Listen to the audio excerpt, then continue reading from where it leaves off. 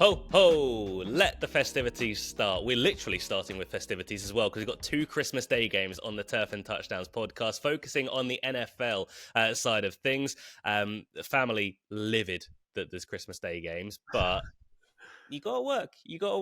We're previewing the Chiefs, Steelers, Ravens, Texans, and we're also throwing in the Seahawks, Bears as well. That's the midweek games. Then we're moving on to a separate video. You can find that just after you watch this one for our Sunday and also Saturday previews. Luke Elder alongside Tom Collins. Tom, it's Christmas Eve officially right now, but happy Christmas. Yes, happy Christmas to you, mate. It is Christmas Eve, as you say. It doesn't feel like Christmas Eve. The work carries on, the sport carries on, and it was only yesterday that we were watching the Packers last night, and suddenly now it's Christmas. It feels weird to me, but I love the ho ho ho at the start. By the way, that was pretty out there. Hopefully, we can provide some winners in this podcast. We've been in flying form of late. Yeah, I just tried to do a hearty Santa grab onto my tummy, and I went a bit too high. It just looks like I was holding my boobs. I'm sure Santa does that too. Yeah, they will be more prevalent after Christmas dinner and 7 helpings, but apologies for that one. But we've got 3 good games to be looking forward to. Christmas Day, where do you stand on Christmas Day games? Would you rather just get rid of them, or are you all for it? I don't mind it. Look, the 6 p.m. game UK time is pretty tough because, especially if you've got family around, you're usually not just tuning in to the NFL at 6 p.m. on Christmas. The remaining games, I'm happy about that, especially the 1 a.m. game, the Seahawks Bears. That's a good time to watch on Christmas Day. Everyone else goes off to bed. You've still got that remaining beer or whatever you drink on Christmas. And yeah, you can just tune in and have some fun. For you, it's a little bit different because you're not a neutral for that game. You're actually going to be wanting the Seahawks. Are you going to be watching? I mean, yeah, in fairness, it's also Boxing Day evening for us. Is it? I thought it was Christmas Day evening, no? No, Friday. Oh, I thought it was Christmas Day. I swear it was Christmas Day. No. Oh. we've got Chiefs Steelers on Christmas Day, Ravens Texans Christmas Day. I'm going to have to double check this while we're recording. And then we've got on Friday the 27th of December, we've got the Seahawks Bears. That's Thursday night football. I'm sad about that because I thought that was Christmas Day at 1 a.m. No. Right, there's the first loser of the podcast. Christmas ruined. When you talking, I was like, the hell's he talking about? I swear it was 1 a.m. Never mind. Right, strong start, lads. We will get better as we go along. Now we've actually decided and agreed on when the games are being played. We can move on and find something a little bit more reliable in the games. I would ask you who's sponsoring the podcast, Tom, but I'm worried you'll get that wrong as well. Yeah, I probably don't know. Netflix, is it? I don't know. Welcome, Netflix. No, better, way better, is our good friends over at SBK. Go download the new app. They're working on it all the time. When you place your first £10, you get £40 in free bets. T's and C's apply, 18 plus only. Please gamble responsibly. And as you well know, they do an ACCA boost as well for Sunday games. That's regards to later on in the week. You can go watch that podcast that we're going to do. Any ACCA that you put on the NFL, you get 25% bonus, and we're going to be helping you out with our best selections. But max stakes and T's and C's apply, 18 plus, and please gamble responsibly. I just wish that for Christmas Day, SBK would just give us something like another offer to talk about. They have. What a link. That's 2 podcasts, 2 gasps. Yes, SBK have offered a new bonus, which is 25% extra return on the first touchdown scorer market in the Steelers-Chiefs game. So if you do like first touchdown scorer, very hard market to win in, but 25% extra boost on your returns there. So go and check out SBK. And I said I'd do a more aggressive point as we were going on, if you watch the horse racing podcast. If not, go tune in after this. There's a link in the description below to sign up to SBK. Please do it. Firstly, helps you out. You manage to get good offers and gives you another betting account. Secondly, helps us out as well with the sponsorship of the podcast. I just tried to put hands up to indicate aggressive, and you watch it back. If someone ever tried to start on me, they'd be so unthreatened. Well, I think they probably were already. You're not the most threatening guys. I mean, you got Santa coming at you, touching his boobs. That might freak a few people out. But let's move on to Christmas Day games. We've got the 6 o'clock kickoff in the UK. Chiefs taking on the Steelers. The spread is putting the Chiefs at 3-point favourites. The over/under points wise is 44. Are the Steelers just beginning to unravel a touch. This game is impossible for me Right? because I don't know. I don't know how good the Steelers are. They beat Baltimore, but then they lost badly to the Eagles, and I just don't know. I just don't know about Pittsburgh. And meanwhile, the Chiefs. That's my response to the Chiefs. They win, but they don't look good ever. Yeah, screw you, Chiefs. You're doing it Yeah, again. mate. If they win the Super Bowl, even get to the Super Bowl, then I don't know what's happened. There are way better teams than Kansas City. What makes it more difficult is that all the players on both offenses are extremely hard to predict. Is Najee Harris going to get carries? His snap share has gone down to like 40% over the last couple of weeks. Is Jalen Warren the new RB1? No idea. Will Pat Freiermuth be able to find the gaps for the Steelers? No idea. George Pickens is reliable, so we'll leave him out of it. Kansas City, Kareem Hunt, Isaiah Pacheco, which one? No idea. And what about the receivers? I don't know. What in the receiving props markets, normally you'd get 5 on a good day for players to talk about regards to a team. With the Chiefs, there's 7. Yeah. 7 players in Hollywood Brown, Noah Gray, DeAndre Hopkins, Kareem Hunt, Travis Kelce, Isaiah Pacheco, and Xavier Worthy. There's 4 at the moment for the Steelers. One of them is a running back. We think George Pickens will play. That'll be a big thing for Pittsburgh because they have missed him a touch. No doubt Paul Powley will be down in the comments. Go check that because he will be putting up Calvin Austin in some sort of way. He's done well, to be fair, with Calvin Austin so far this season. But I mean, we'll jump in with selection. Where were you looking in this game for a selection, or were you trying to avoid it? Oh, you know what? I'm avoiding it. I'll get that out of the way early. And also, if anyone's just watching this podcast and has watched the last 6 minutes of complete guff, we do talk about picks. And there's a roundup at the end of all of our plays. It was guff. Guff.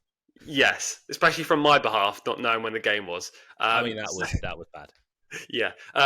In regards to this game, I'm leaving it. I was very, very close to putting up a rogue selection, which was Justin Watson under 0.5 receiving yards. But even I can't go that far. Changed because I looked at that as well. Then it was, Yeah. No, look, his line's now 3.5. No, I can't because it's either going to be all or nothing with him. I don't think he's caught a ball in the last 3 games, but sometimes he'll be a deep threat and he'll catch it. I don't know. This game doesn't interest me, and to be honest, unlike me, I watch every single NFL game possible, even the late games. I may not watch the first half of this one, and therefore I don't really care about having a bet in this first game. I think there's one way in. Go on. And it's real exciting. But Hollywood Brown has come back sooner than we expected. I just expected him to come back for the playoffs, but his reception line stands at 3.5. Now, he came back last week and was oddly used in a sense that he was used all the time. When he was on the field, he was generally getting the ball, but I like the over 3.5 receptions. He had a 27% snap share last week for the Chiefs. That's poor, but he was on a snap count. He's coming back from injury. He managed to translate 27% of snaps into 8 targets and 5 catches. He only played 14 snaps.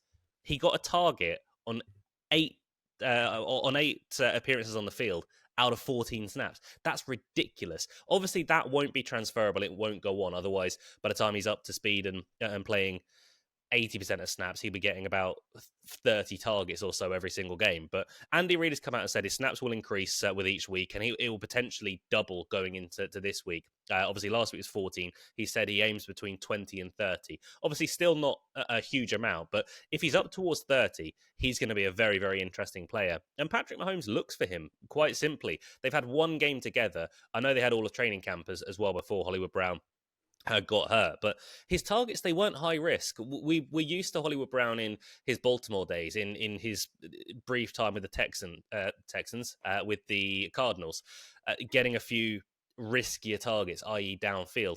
That was not the case on his Chiefs debut. His yards per target was 5.63. That equates to low-risk targets, easier catches. Quite boring, quite honestly. It's not going to be a fun watch, but if Hollywood Brown wants to take a 1-yard target and a 1-yard catch, that's absolutely fine. It all counts the same for this bet.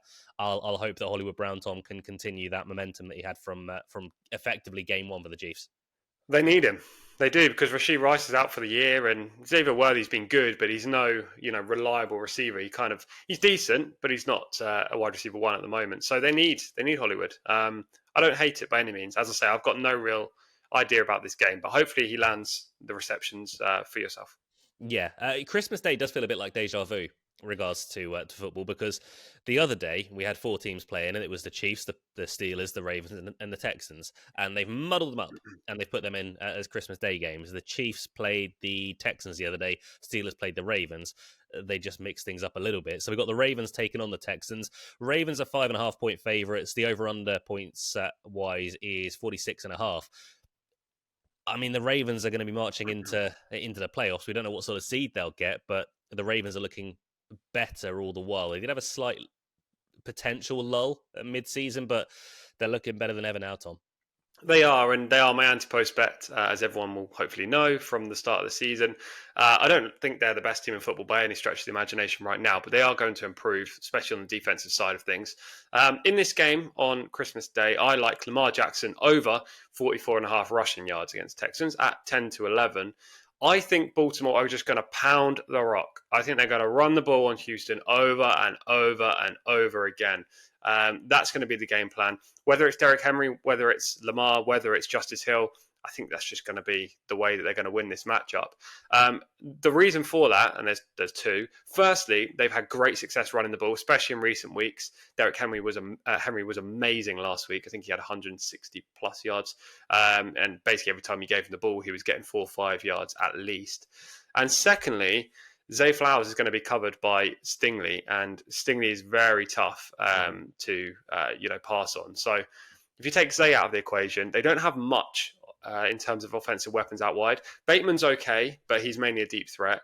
You do have the tight ends, of course, likely in Andrews, but then which one is going to be the tight end that's going to have the big game? That's very hard to read. It's kind of fluctuated throughout the year. Likely started really hot. Andrew started extremely slow, and then it's just fluctuated ever since. So they're tough to read. Consequently, I think if you're playing player props on the Baltimore side, you have to play the rushing game. Derrick Henry's line is very high. I think it's around 80 or 90 yards. 91. He could probably cover that. But I'll play safer with Lamar at 44.5. Now, stats. Lamar has covered, e.g., got 45 yards or more in a rushing game, rushing in a game this year, 10 times out of 15 games. So 66% of the time he covers this line. That's a positive, considering the market tells you it's about a 50% chance of happening. That gives you value. And his rushing load has also increased recently. He did have a rib issue, which seems to have kind of waned. In his last 4 games, he's got 8 rushes, 6 rushes, 9 rushes. I wouldn't be surprised if he carried the ball at least 10 times in this matchup, given the likely game plan. And considering he averages 6.1 yards per carry, that would equate to around 61 yards. That more than covers the line here. So give me Lamar over 44.5 rushing yards. I was close to going for Lamar in this game as well on the rushing side of things. I'm sure that line's changed dramatically, because I swear when I looked last night, it was 49.5. It was, and then it went 45.5, and now it's 44.5. Weird. So he's come out recently and said, I need to run the ball more. That was 2 games ago, and quite simply, he has ran the ball more. He wasn't quite as successful with it in their latest game, but I think he still ran it like 9 times. So he is still getting the usage. I'm going to look at the other side of the field for my 2 selections in this game, but same guy. Dalton Schultz, I think, will be a beneficiary. It sucks that Tank Dell got hurt again. That was a awful injury. Really wish Tank the best and hope that he gets back sooner rather than later. But it's going to be a little while on the sidelines. Even while we're recording this, we don't know the extent of the injury. They're waiting for things to die down a little bit. But our best to Tank Dell. I think they did a initial scan on him, and it said dislocated kneecap and torn MCL and torn ACL as well. So, yeah, in my opinion, I wouldn't be surprised if he was done. But he could still come back and produce to a fair level. I don't think he'll be anywhere near as explosive as he was. No, I mean, 2025 already looks in doubt for him, just the entirety of the season. But getting back would be just an achievement in itself. But as I say, we wish him absolutely the best.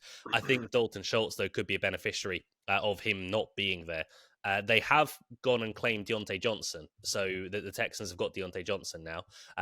He's not going to play in this game. If he does, he won't have a clue what's going on, so he won't be a factor. But Dalton Schultz over 3.5 receptions is 20-23. That's a shorter price of the pair. But Dalton Schultz anytime touchdown, I quite like it 3-1. Big price. He did it last week when CJ Stroud was out of the pocket scrambling and desperately looking for anyone that would listen, and Dalton Schultz answered the call. But he'll become more of a factor after Tank Dell's injury. He got the joint highest targets of the season last week with 8, and also he got his second touchdown of the year. He's becoming more relevant, and the Ravens struggle against tight ends. Just in recent weeks, Pat Fryermuth, 3 catches for 16 yards. Again, not high on the yardage side of things, but getting catches. Michael Pruitt in the same game. He is a tight end and he plays for the Steelers now. He got a touchdown as well. Daniel Bellinger the week prior, 3 for 35.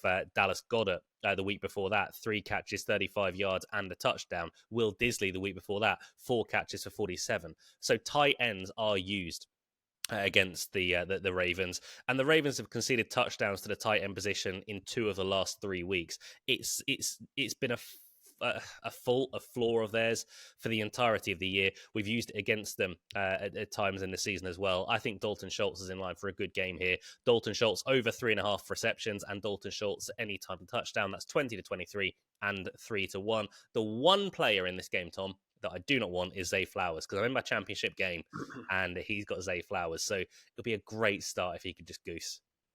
I genuinely don't think he'll have a great game. It's very hard to play on Stingley, and Stingley's just going to follow Flowers around. That's going to be the way. There's no way Stingley's going to end up on Bateman at any point, I don't think. So I don't think Flowers will be overly effective. I really hope you're right on that. I would love that to be the case. And then we got one more Christmas Day game. Except we don't. We've got in America, it's a Boxing Day game. For us, it's a 27th of December game. We've got the Seahawks taking on the Bears. Not quite as exciting of a game as we were hoping for a few weeks ago when both of these were still in some sort of playoff contention. I think we're just about cooked now. Even if we win this game, then we're still going to go to LA and manage to beat them in week 18. However, it's still an exciting game from an excitement sort of perspective. We're expecting a lot to happen in this. I was hoping that Ken Walker wouldn't get hurt again, so we could just smash the Ken Walker overs on yards and touchdowns and everything. We just have a big old Ken Walker party, but he's hurt again, and we're not sure if he's going to play. Whatever starting running back plays for the Seattle Seahawks, have that party instead. If it's Ken Walker, great. If it's Zach Charbonnet, fine. Play that, because the Bears suck against the run. They have done all year. They're not fixing it. It's not going to change, and that's that. But so far, the Seahawks are the 3.5-point favourites. So on the spread, 43.5 is the over-under from a total points. How does this game feel to you as a neutral? I have no idea, mate, because these are 2 teams I really don't like. These are my 2 worst teams in the NFL. I'm going to have a bet in it because I do like one play, which is the Bears plus 3.5 against the Seahawks at 10-11. However, Do you see this? Do you see? This is me flipping you off. I would kind of like this game to end in a tie, if that's possible.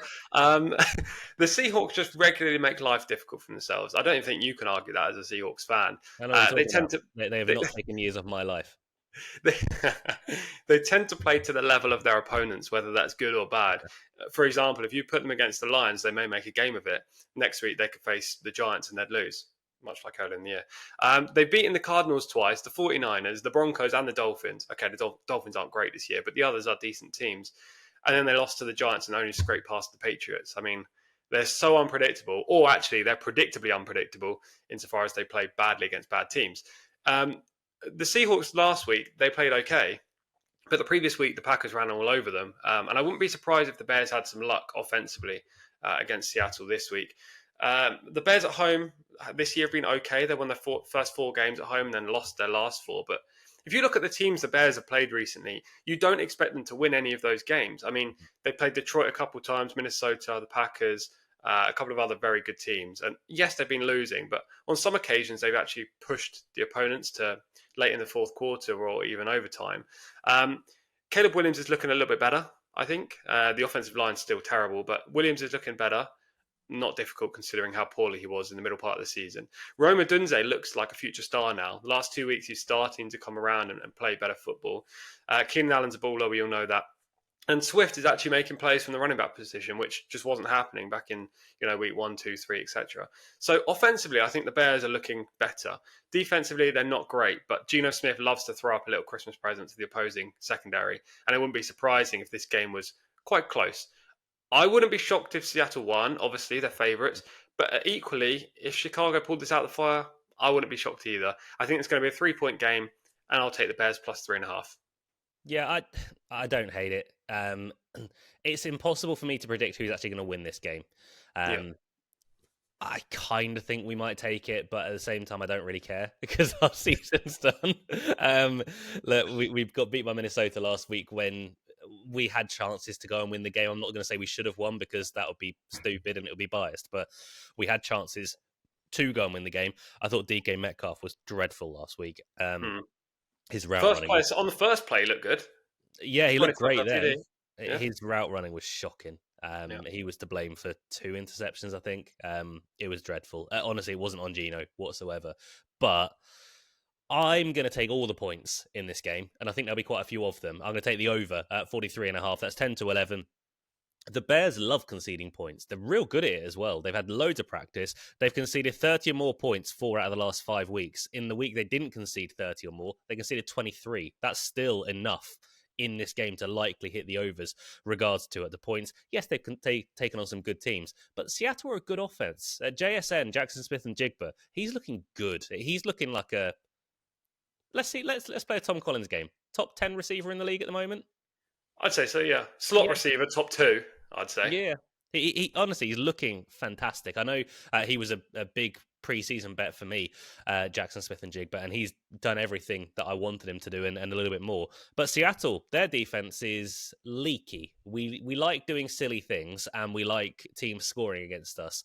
Historically, Keenan Allen likes scoring against us as well, and Rome Odunze is an issue, and they've got DJ Moore as well.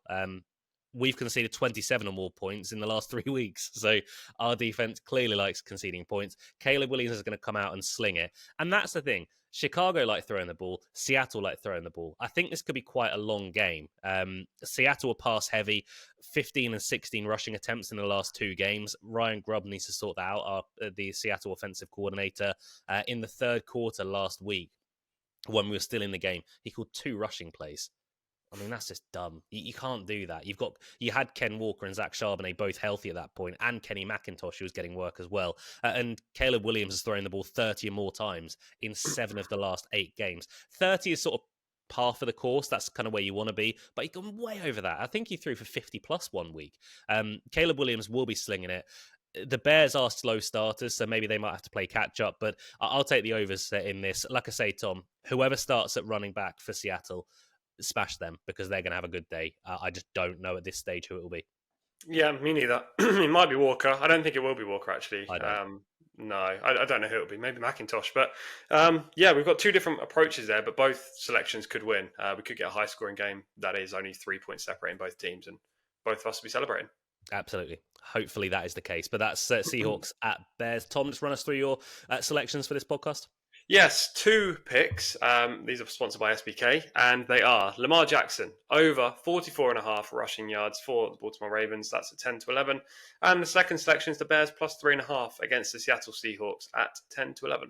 I'm going to go in every game to try and be a bit more interesting. Chiefs Steelers, Hollywood Brown over 3.5 receptions. That's 10-13. Baltimore Ravens at the Houston Texans. I'm going to focus on the Texans side of things with Dalton Schultz over 3.5 receptions, 20-23, and a bit more value. Dalton Schultz anytime touchdown at 3-1. And we're going to look as well at the Seahawks Bears late on Boxing Day. The over on total points, 43.5. Tom, that's Christmas done. All officially over now. Yeah, all gone. Move on to New Year. Yeah, New Year's on the way. Playoffs are on the way. We've got loads of things planned for the playoffs as well. So hit subscribe down below. We are currently on 429 subscribers. So we would love to get to 450 by Christmas. If you could help us out with that, that would be fantastic. But from Turf and Touchdowns, very much hope you guys have a wonderful Christmas. And we joke about it, but go spend time with your families, Tom. They're probably okay. They probably are. I mean, we have said that, but we are in approximately 2 minutes filming another NFL podcast. So that's going to have to be on the back burner, I'm afraid. Yeah, this one is after Christmas, though. Even Tom knows that's after Christmas, and Tom doesn't know when anything's happening. But from Turf and Touchdowns, have a very happy Christmas. Stay safe. Look after one another. Goodbye.